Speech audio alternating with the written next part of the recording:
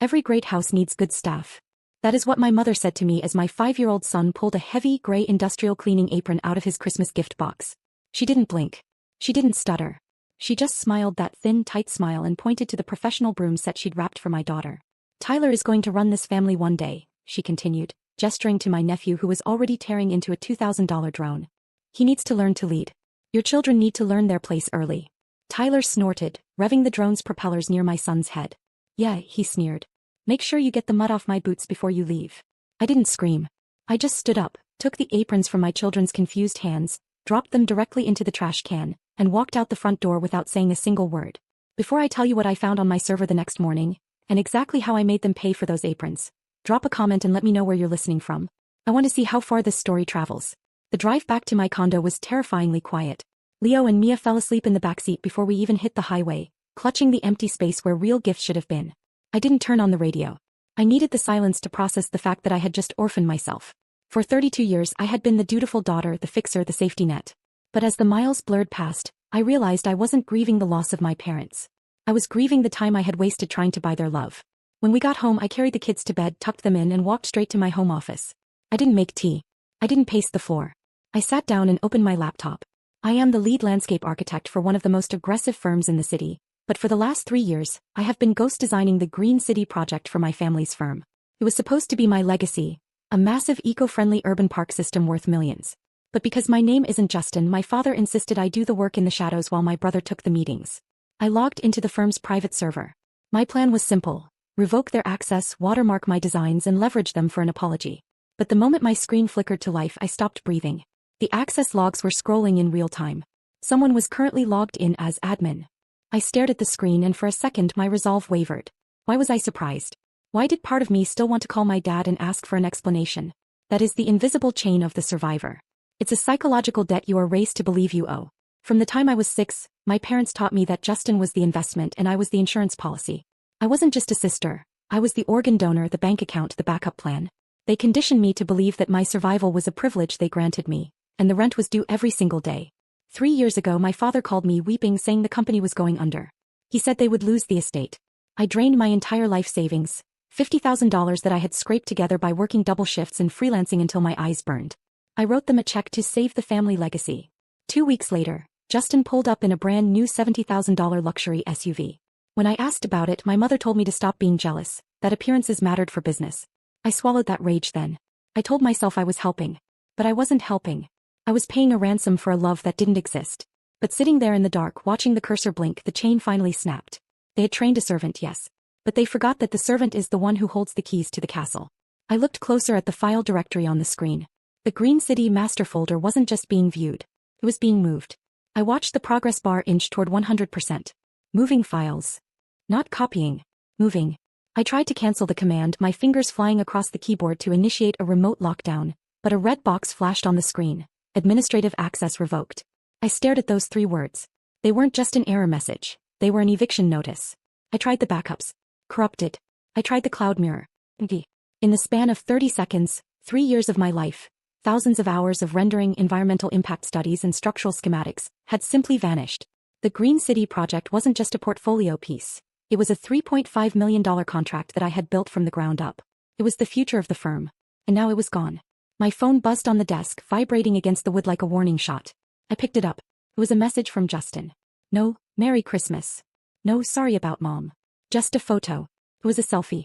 He was sitting in the back of a luxury car, holding a crystal flute of champagne, wearing that smug, untouchable grin that had gotten him out of every speeding ticket and failed class his entire life.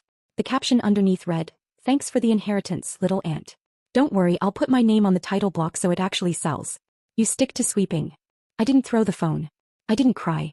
I felt a strange, cold calm settle over me, like the temperature in the room had dropped 20 degrees. This wasn't just a stolen credit. This was a hostile takeover. Justin knew he couldn't design a doghouse, let alone an urban ecosystem. He needed my work to land the partnership with the Global Developers Group this week. But he didn't just want the money. He wanted to erase me. By deleting the backups and locking me out, he ensured I couldn't prove authorship. He was banking on the fact that I was the good sister, the one who would never sue her own family, the one who would swallow the loss to keep the peace. He thought he was taking credit. He didn't realize he was taking the pin out of a grenade. I looked at the photo again. Little aunt. That's what he used to call me when we were kids, stepping on my sandcastles because he knew Dad would just laugh and say I built them in the wrong spot. He thought I was small. He thought I was powerless because I didn't have his title or his inheritance. But Justin made a critical error. He forgot who actually built the castle. He stole the files, yes. He stole the renders, the blueprints, the client data. But he didn't check the code. He didn't look beneath the surface of the 3D geometry. If he had, he might have seen the digital tripwire I buried there years ago, waiting for a day exactly like this. I put the phone down. I didn't need to call a lawyer. I didn't need to beg for my access back.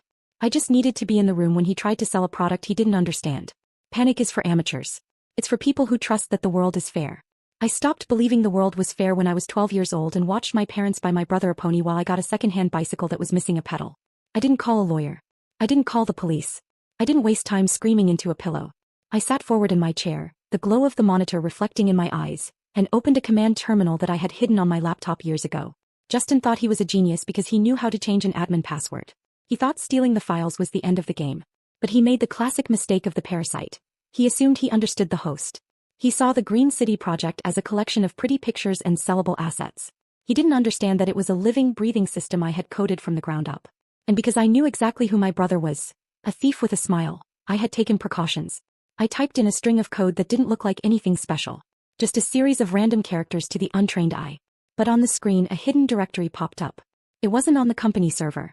It was local, buried deep in the metadata of the 3D geometry itself. Architects call it a digital watermark. I call it a dead man's switch. 3 years ago when I started building the core models for the project, I embedded a script into the foundation of the virtual city. It's invisible. You can render the city 1,000 times, walk through it in VR, print it on blueprints, and you will never see it. It sits dormant, waiting for a specific command to wake up. It was my insurance policy. I knew that one day my family would try to take this from me. I just didn't know when. I checked the status of the script. It was active. It was waiting. Justin had the files, yes. He had the presentation ready for the global developers group. I checked the industry news feed on my second monitor. The pitch meeting was scheduled for Tuesday morning at the downtown real estate exchange. That was 48 hours away. He was going to stand on a stage in front of investors worth billions and present my work as his own. He was going to smile that golden boy smile and sell my soul to the highest bidder. I closed the laptop. The cold calm I felt earlier hardened into something brittle and sharp. I didn't need to hack into their server to get the files back. I didn't need to stop the meeting. In fact, I needed the meeting to happen. I needed him to be on that stage. I needed the lights to be bright and the stakes to be impossibly high. Because the script I wrote doesn't just delete files. It exposes them. But there was a catch. The trigger wasn't remote. To prevent accidental detonation, I had hard-coded the execution command to require a local handshake. I had to be on the same Wi-Fi network as the presentation computer. I had to be in the room.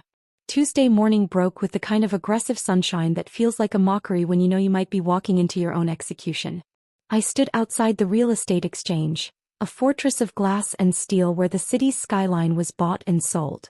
Inside, in less than 30 minutes, the global developers group would decide the fate of the Green City project. My project. I adjusted my blazer, gripped my phone, the detonator, and walked toward the security checkpoint. I didn't have a plan B. My entire strategy relied on the arrogance of my brother. I assumed he would be too busy polishing his ego to remember to revoke my building clearance. I was wrong. I tapped my badge against the scanner. Instead of the familiar green chirp, the machine let out a low, angry buzz.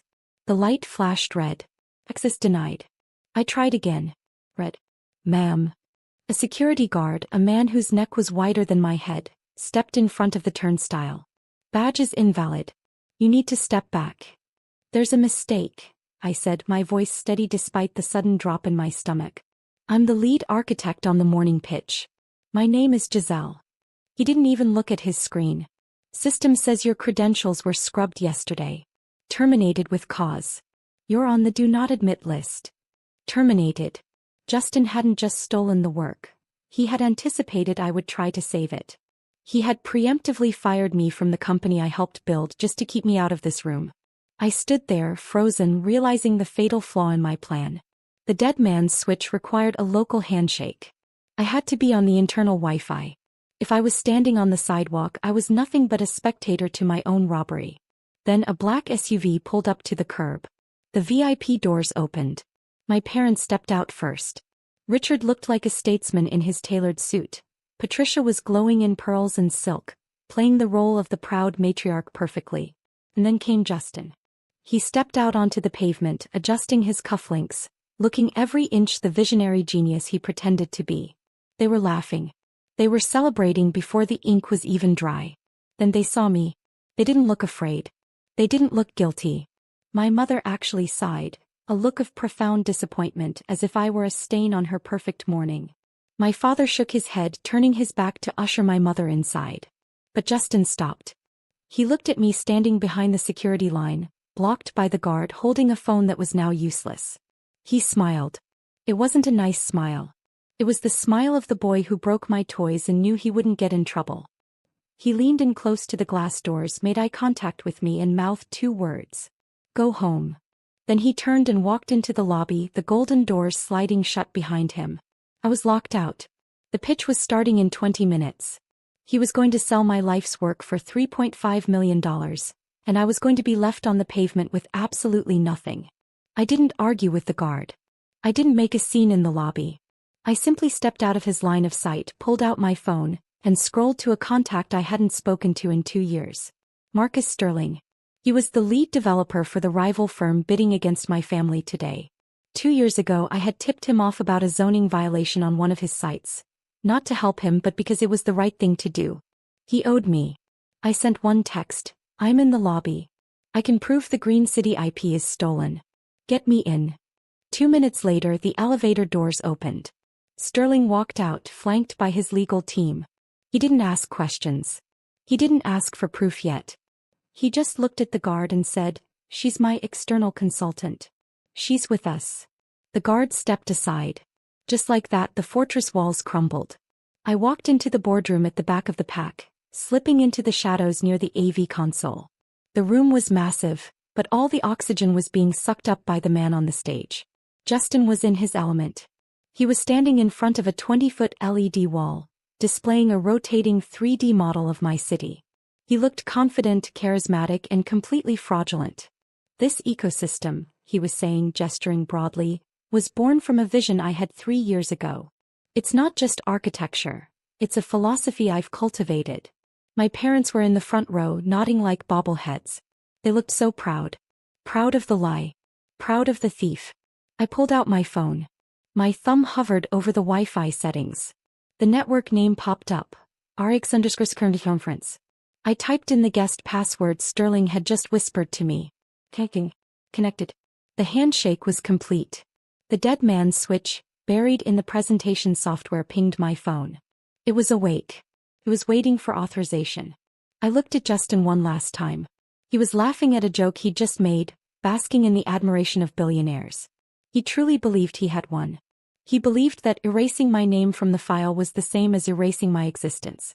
I didn't feel guilt. I didn't feel hesitation. I felt like a judge dropping a gavel. I tapped execute.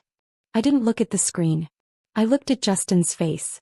In 1 second his arrogant grin vanished. His eyes went wide, reflecting a sudden violent wash of crimson light.